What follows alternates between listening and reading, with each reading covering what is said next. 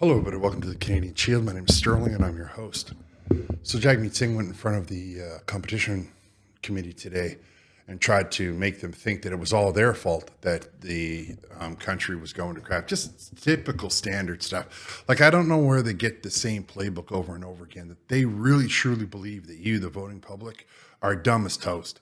There is no other explanation for it. They refuse to answer a straight question with a straight answer. I mean, everybody knows how that works. But when you're weaving and dodging and bobbing and you're saying anything except the answer to the question, you obviously are answering the question. That's the part that they don't seem to want to understand. And of course, Jagmeet Singh is no different. He won't answer a straight question. And he's so pleased with himself. Like, he literally says at one part in this interview, which is not in this clip, but he says the Canadians love him and that they're going to make him the next prime minister. His polls are what, 15, 13%, something like that? They're really bad. I mean, the NDP has all of the worst policies in the world. And they support Justin Trudeau. Now, in this supply and confidence agreement, which I believe should be illegal. Like, you shouldn't be able to vote for somebody and then have that person all of a sudden their whole entire party switch their politics to align with somebody else. That is just wrong to me. But he doesn't seem to care about that, right? When he talks about all this competition stuff, when he says that, oh no, it's got to be this and it's got to be that. And so before we get into it, I would encourage you to like, comment, subscribe, hit the notification bell, share this channel with all of your socials. I'm trying to, I don't know what's going on. I haven't gotten any viewership lately. I don't know if it's Bill C11 or I don't know if it's just my ugly mug. One way or the other, I'd like to sort of get a broader audience so that I can start to improve this channel. I've been at it a few months now, and I'm a bit of a, well, I like to win. All right. So Ryan Williams got the first pass at him, and I'm telling you, trigger warning right now, Jagmeet doesn't answer a single solitary question with a straight answer. But the questions that he gets asked are important, and the lack of answers that he gives are also very telling. So let's let MP Williams explain it to you. After your agreement with the Liberal government that's now been over 2.5 years, there's been 3 mergers that have gone through. RBC purchased HSBC, Canada's #1 bank, buying #7 bank. Rogers bought Shaw, and WestJet bought Sunwing. And this has been detrimental to Canadians. Canadians are hurting right now. Why did you not stand up for Canadians and say no to these mergers? That's not all the case. We did absolutely say no to those mergers. We said it was wrong at the time. And not just saying that it's wrong, now I'm putting forward a bill that would prevent those things from happening.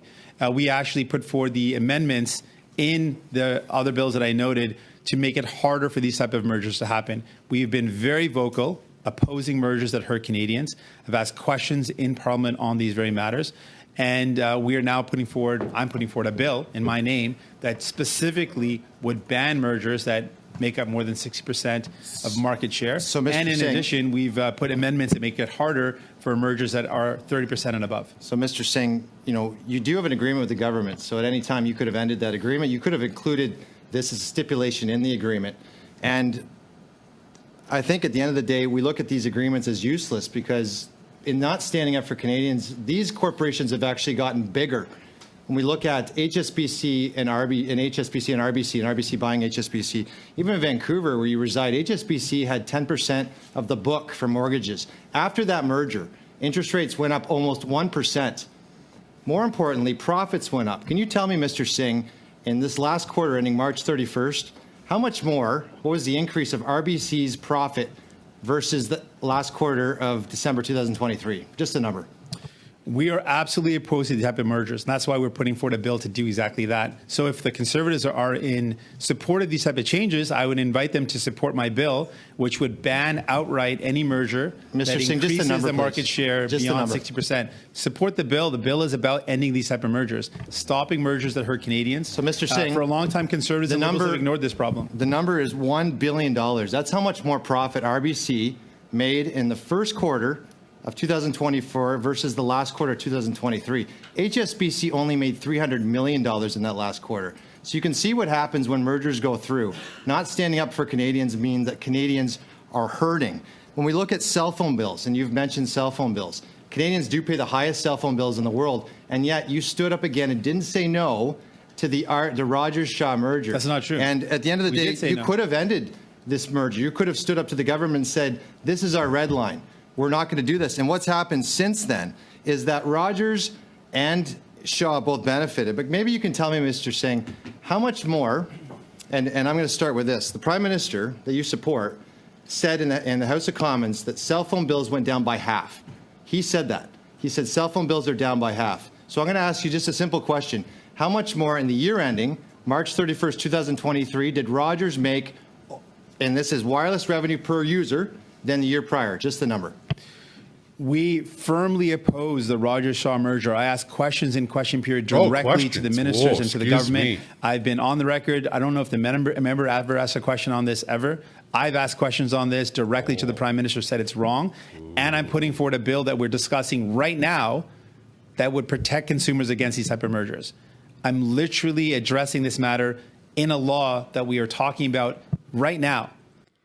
But the thing is that when those were in front of him, he voted to support them. No matter what that's what you got to be careful, right? He's very saying, oh, I spoke against them, but he voted for them. And your words mean nothing. Your actions mean everything. We know already from listening to parliamentarians that your words mean nothing, especially Jagmeet Singh. He can't even answer a straightforward question with a straight answer. He wants you to believe that he's this champion of the little guy. His brother is going to work for the largest corporations. He's a lawyer. His brother's a lawyer. He wears a $15,000 watch. He drives a $150,000 car. He doesn't care about you any more than he cares about me. The fact that he would sit there and say, well, I didn't vote, he said, oh, I spoke against it and I asked a question. But when it came time to pass the vote, he voted in favor of these mergers. So any bill that you hear him talking about right now is all just fluff. There's nothing to it because it's too late. It's too late. These companies have already merged and they have already taken 90% of the market. And Jagmeet Singh allowed that to happen. He permitted those mergers to go forward despite all of the garbage that he's spitting out of his mouth right now. Nothing what he says is making any sense. Nothing what he says is adding up. Nothing what he says is supporting the fact that he went ahead and voted to allow those mergers. The Conservatives didn't want those mergers. The Bloc even voted against it, but it doesn't matter because the NDP is all in the votes that the Liberal Party need to get everything passed through. So whenever you hear Jagmeet Singh talking about a corporate greed, remember that he supported the corporate greed of the banks, he supported the corporate greed of the cell phone companies, and he supported the corporate greed of the airlines when they absorbed Sunwing. There was no bill. There was no nothing. Talk is all he's got it coming out of his mouth. But his actions spoke differently. His actions were the exact opposite of what his words were. And when it comes to Parliament, it's your vote that counts. You can say whatever you want. But it's where you cast your vote, how you cast your vote. That makes all the difference. And I think Canadians see right through this guy. He's a larger narcissist than some other people that we know about in government. He so completely believes his own lies, and he expects that you believe them. I don't believe a single solitary word coming out of his mouth. I don't believe anybody who can't answer a straight question. I'm not an idiot. I know what a question looks like. These questions are framed in such a way that you just have one little straightforward answer to give. And yet every time I hear somebody from the government, whether it be the NDP or the Liberals, in front of these committees, they will say anything but the straight answer. If you were in any situation, would you trust that person? If this was your spouse, if this was your boss, if this was some stranger you met on the street, would you tell yourself that this person refusing to answer a straightforward question is trustworthy? I know what I would say. All right, I'm going to wrap it here. I want to thank you all for listening. I would appreciate it if you would like, comment, subscribe, hit the notification bell, share this channel with all your socials. I'll talk to you next time.